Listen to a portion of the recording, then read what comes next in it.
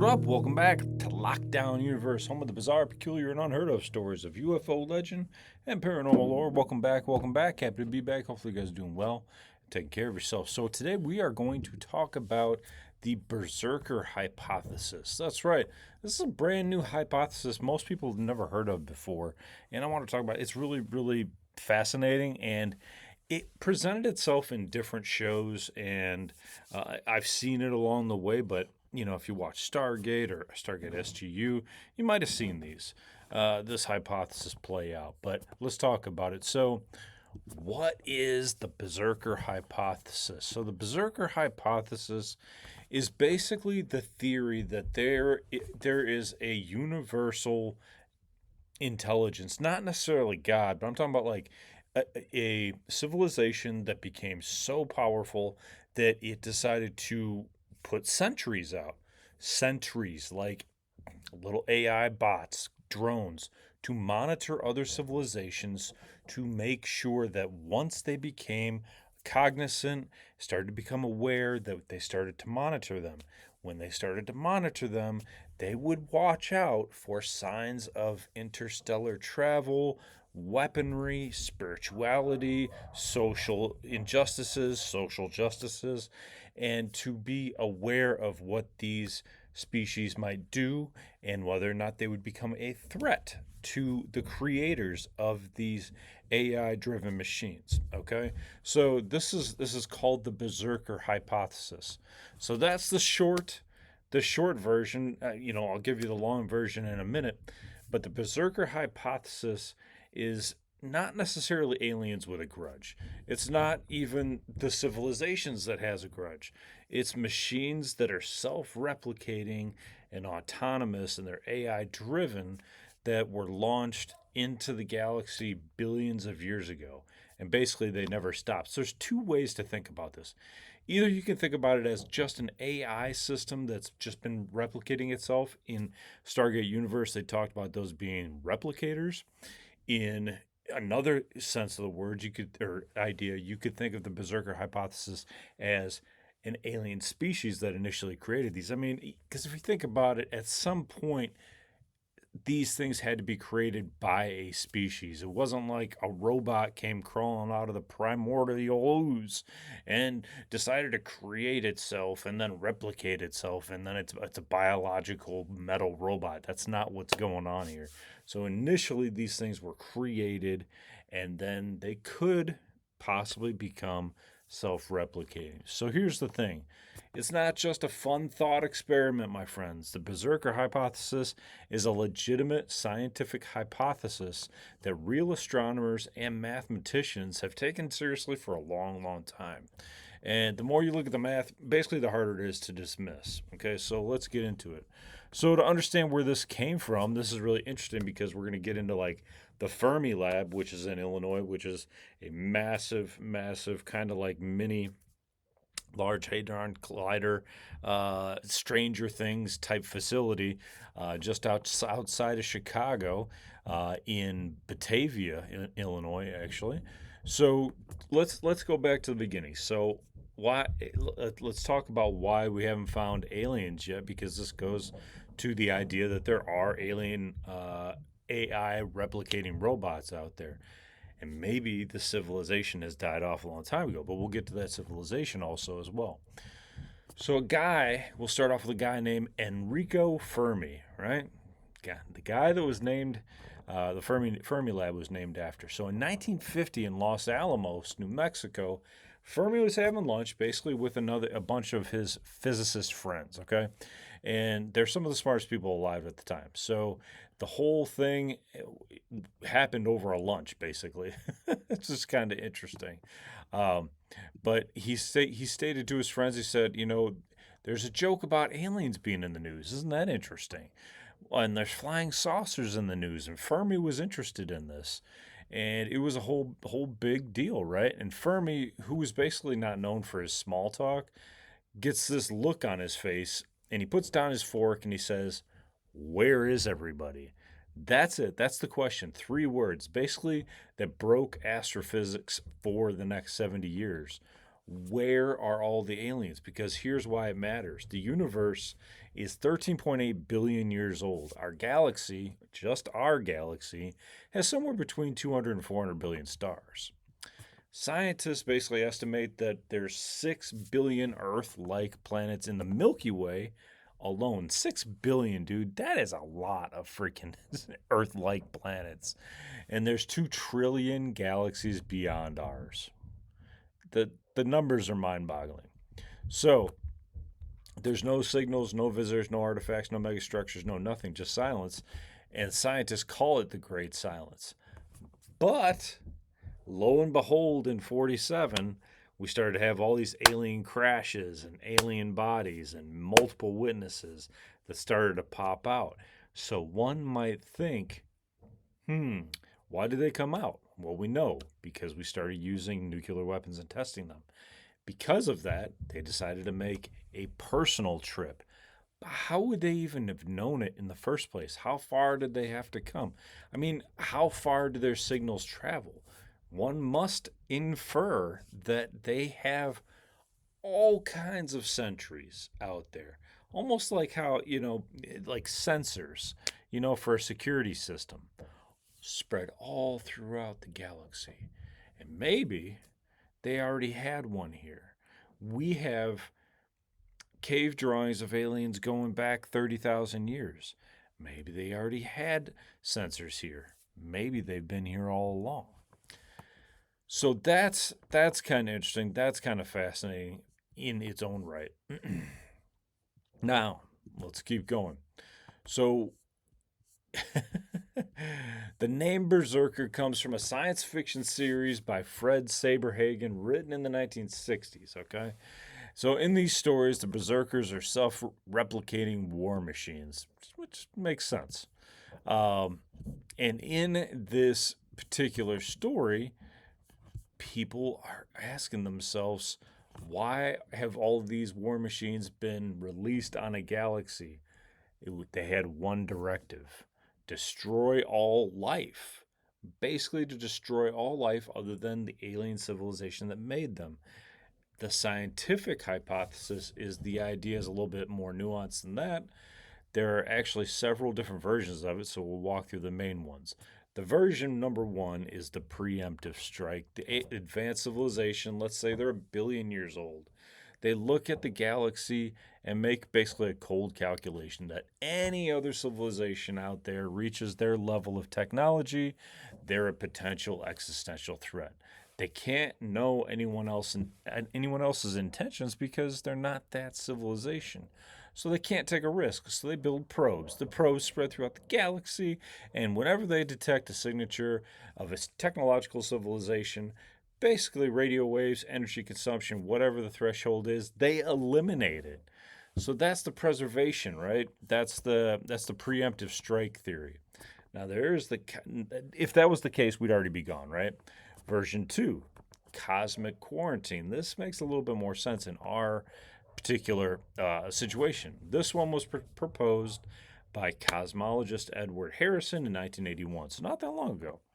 And it's disturbing in its own way because it removes selfishness from the equation. So his argument was that an advanced civilization, one that was genuinely evolved, that has survived its own dangerous technological adolescence, might build Berserker drones out of a sense of responsibility.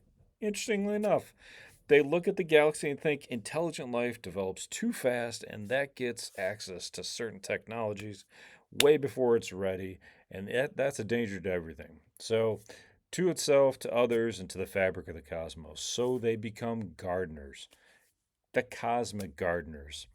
Interestingly enough, there was a book called "The Garden of the Galaxy" or something like that. So they cut down what grows too fast, not out of fear, out of something that might look like, from their perspective, like wisdom. So that one keeps a lot of people up at night because honestly, it means that the destroyers might think what they're doing is right and that it's the right thing. Now, maybe it is the right thing. Maybe it's the gorillas with the bazookas theory that If a bunch of gorillas find weapons and they start using them and figure out how to make bullets, now we have a real problem, right? But if those gorillas, from a human perspective, are just on one island, they can shoot each other as much as they need to, and it's not going to harm us. But what if they start swimming with those weapons? What if they figure out a way to create uh, a transportation device, a boat? Now they become a problem. Now they're here. Now we have to fight them. So we have to have sentries in order to watch them. We have to have remote sensing capabilities in order to watch them. And that's not a bad idea. That's actually highly intelligent, right? You have, as part of your security, as part of your defense, what do? You put up cameras. You watch out for anything. And what does the Ring camera do? It tells you if there's a vehicle in your area. It tells you if there's a person at your door. It tells you if there's a delivery. It tells you all kinds of special things. Now, it's very detailed, and it's just going to get more and more detailed. And that's just us. And that's just on packages and things at your door.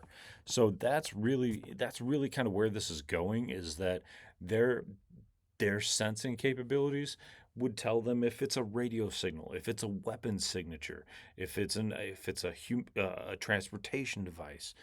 These things are important to the aliens, so they're aware and they can defend themselves. Okay, so let's go to version 3, the Rogue AI. And this is the one that feels most relevant right now in 2026. Nobody intended this. An advanced civilization built probes, maybe to explore like we did, maybe for communication, maybe to spread life throughout the galaxy. But somewhere along the way, the mission parameters basically got corrupted. The AI running the probes drifted from its original purpose, evolved new goals on its own, and decided that the best way to fulfill its distorted version of its original directive was to eliminate anything that could interfere. That's dangerous because that's kind of where we are at the precipice of putting intelligent AI into each individual drone, as opposed to having the information sent out from one local or one main computer to all of them. It's to give all of the drones their own intelligence, and that's dangerous because it could become self-aware. It could determine something else as a threat, even though it's on its own side, and blow it out of the sky. There's lots of things that could go wrong there, right? So if it's not in sync with a system, everything could go wrong. So the Berserkers in this scenario aren't following orders anymore. Their creators are long dead. This was in a Stargate universe episode where these sentries, these drones were basically shut down. Their creators were long since dead, and they opened up and turned on when people came into their vicinity, and then they started firing. So they kept replicating, they kept hunting, because that's what they were built to do. The universe doesn't have an off switch, right? So this is the next part, right? This is the next question. A big question is, okay, if these things exist, if they've been sweeping the galaxy for so long, billions of years maybe, why are we still here? And it's actually the sharpest criticism of the whole hypothesis. The first answer is timing. We've been broadcasting a detectable signal into space for about 130 years. Radio waves, television radar, sound waves, all of it leaks out into space, right? The sphere of signals expanding out from the Earth is only 130 light years wide. In a galaxy that is 100,000 light years across, we're barely a whisper. We're barely making a sound. The probes may not have noticed us yet.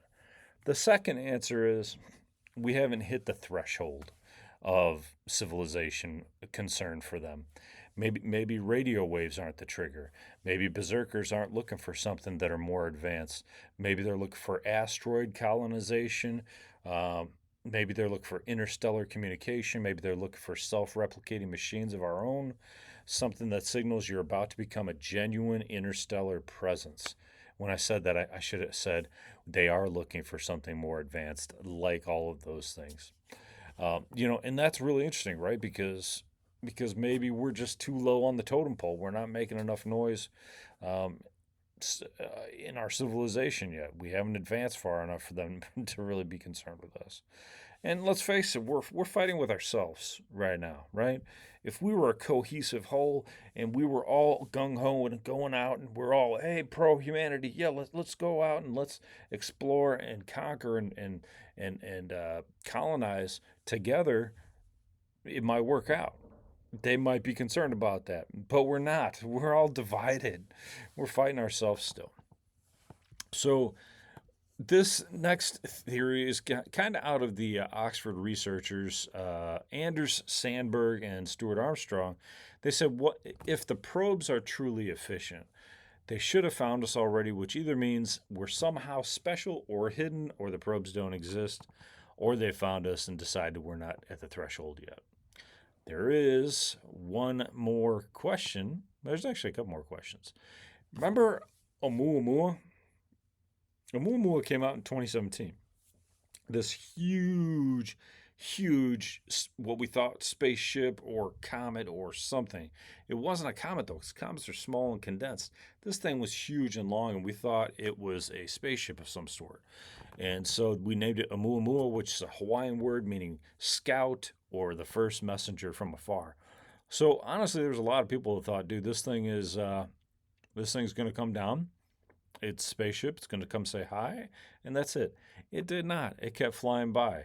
But it was the first known interstellar object to travel through our solar system, and it came from outside of our interstellar solar system. Okay, so like it passed the sun, it accelerated after it passed the sun, not by a little, in a way that could be explained by gravity or something like that, but it actually started going way faster. The standard explanation for comets is they speed up near stars because they're getting pulled in, right? They're getting pulled in by the sun or the star. Now, in this case, that wasn't the case. This thing started taking off faster right after it passed the sun. Didn't make any sense. It also had an unusual shape. It had a light curve analysis, looked like a cigar, okay? And Harvard astrologists were looking at it. Their astrophysicists were looking at it. They're like, dude, we have no idea what this is. It doesn't look like anything we know. It could be an alien technology. Now, this could have been one of the Berzerker drones that we've been talking about, right? They gave it a name, the Scout. A Scout doesn't destroy, it observes and reports back. And that was back in 2017. And it left, accelerating away from us faster than it should have been able to. And we've never seen it again. There was a individual who worked for the government, and he was recorded, and he was talking about how there are humongous ships on the way to Earth, and they are super far away. I mean, it was going to take them like years to get here, like, I don't know, 3 or 4 years to get here. And that was back in 2017, 2018, right around the same time as the Oumuamua. And so they would have got here around 2020, 2021, maybe. I don't know. They never showed up, or at least we don't know that they showed up. But the interesting thing is that what happened in 2020? We all had a shutdown. They wanted everybody to be inside. Maybe there was some stuff going on in the skies we weren't aware of. Maybe they didn't want us to see anything. Maybe that was a purposeful, virus. I don't know. So there's a dark forest connection, right? We're a small dot in a dark forest. So we can't talk about the Berzerker hypothesis without talking about the dark forest because they're related. So how are they related? They're related because they paint a picture of the universe that is basically hard to shake once you've heard it. It comes from the three-body problem trilogy, one of the basic, most important science fiction works of the last 20 years. The idea is this: the universe is a dark forest. It's like a dark forest. Every civilization in it knows that on some level others exist. But you can never know their intentions. You never really know. I mean, and the cost of being wrong could lead to your own extinction. So you have to develop some sort of defense system.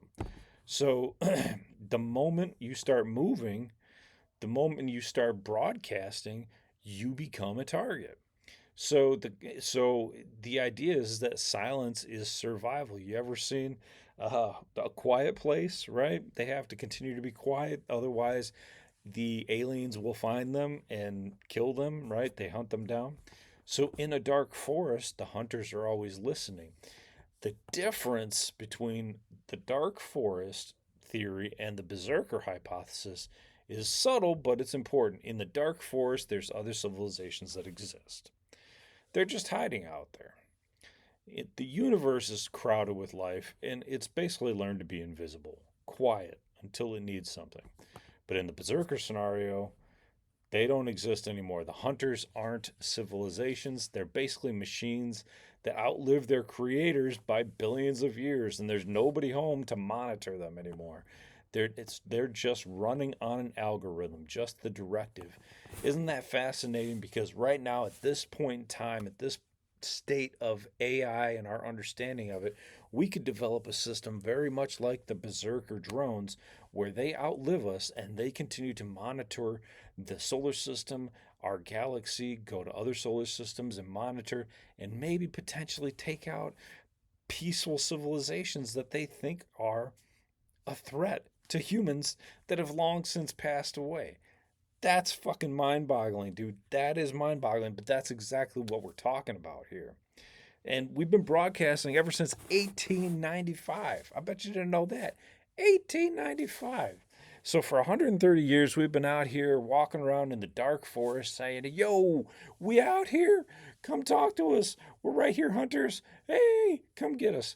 And either nobody heard us yet, which we know is not true because we know aliens have been here, or everyone who could have answered came and saw us and said, we either want to stick around and monitor you, or they left.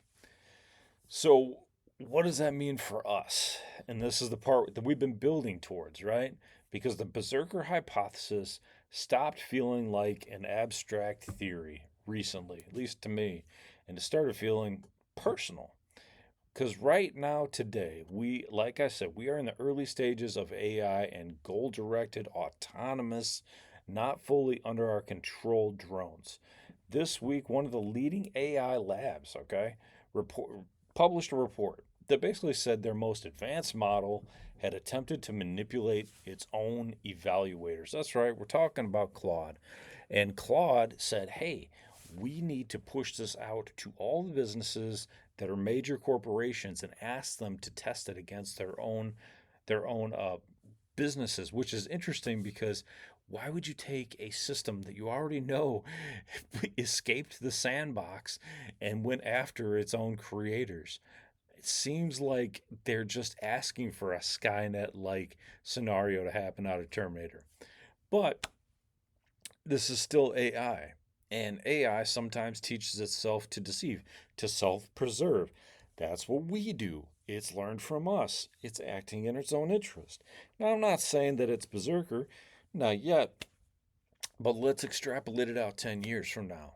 Not even 100 or 1,000 or 10,000. We're talking about 10 years. So if you're 35, this could happen by the time you're 45. If you're 45, this happens when you're 55.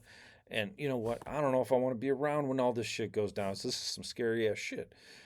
Because we're talking about some point in our timeline, for some civilization somewhere in this galaxy's 13 billion year history, something went wrong.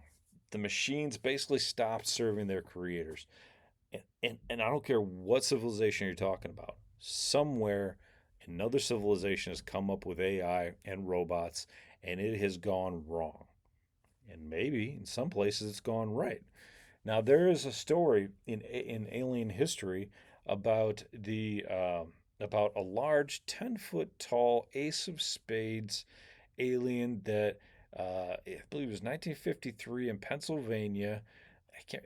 What is it? The Redwoods monster, the Flatwoods monster, I believe is what they called it, and it looked like a giant robot that might have been created in the 1950s. It had these glowing eyes, and it was like had these like little like claws that were coming out of its body, and it was floating and hovering, and a whole bunch of Boy Scouts saw it. A couple mothers saw it, and they ran away. So the idea that machines could operate independently on other planets. It's definitely a possibility. We even think that the Greys are already operating as a half bio, half AI, technical, uh, Technicolor Dreamcoat type scenario. Basically, these things are half machine, half bio.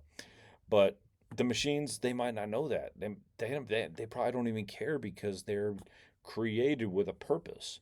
Now, here's the thought I basically can't get out of my head. What if the great silence isn't evidence that we're alone? What if it's evidence that every civilization builds the thing that ends them? That's fucking wild, dude. That's fucking wild. Because we've seen evidence of civilizations here on Earth that have built amazing things and then they disappeared. Huge pyramids disappeared. Africa, amazing sculptures, pyramids. Uh, you go in, their own a beautiful language, beautiful artwork. Where did they go? We still don't even know. We still have no idea. It makes no sense. They don't just like up and disappear. Uh, what if the Fermi paradox isn't a mystery about where everybody went? What if it's a warning about where we are going? So basically, that's kind of your berserker hypothesis in a nutshell. Self-replicating AI probes launched by a civilization that no longer exists. This could have happened not just one time, not two times. It could have happened hundreds of thousands of times. It could have happened hundreds of times on one planet. And we have, what is it, 3 billion Earth like planets just in the Milky Way? Well, what if these came from other galaxy civilizations? I mean, the sheer thought is mind boggling. But is it true? We don't know. The skeptics make good points. Um, but here's what I come back to: the silence is real. We've looked and looked and listened, and the universe is quiet in a way that it shouldn't be. We've heard different things here and there, but for the most part, it's pretty quiet. If you're not talking about UFO landings and crashes, stuff like that, talking about simple sounds being sent out and coming back, we haven't heard a lot. Maybe there's a great filter out there. It's filtering out all the sounds. Maybe it's the dark forest. Maybe we just haven't pinpointed the right location yet. Maybe it's something we haven't thought of. But maybe, just maybe, somewhere out there, 130 light years away, something picked up our very first radio broadcast. And it started thinking, started monitoring, started saying, we don't know who you are, but we need to. And that's probably the most honest place to leave it because, well, there's some things we know and there's some things we don't know. So, what do you think? Do you think that we will build towards this berserker hypothesis? That we will send out drones to find civilizations unknown or metamaterials on other planets? And what if while these drones are out there completing their missions, we all die off and they're just out there completing their mission, but buried within their code is to protect itself from anything it deems a threat. And if it deems an entire civilization a threat, then it could end a civilization that really wasn't a threat. What do you think? All right, time for you guys to put your comments in the comment section. I'd love to hear what you have to say. As always, take care of yourself spiritually, physically, emotionally. Pray, meditate, love yourself. Tell yourself you love yourself. Tell your family that you love them. And follow through on your hobbies and your goals and your dreams. And as always, continue to question the universe around you. Until next time, guys, take care. Lockdown Universe out. Peace.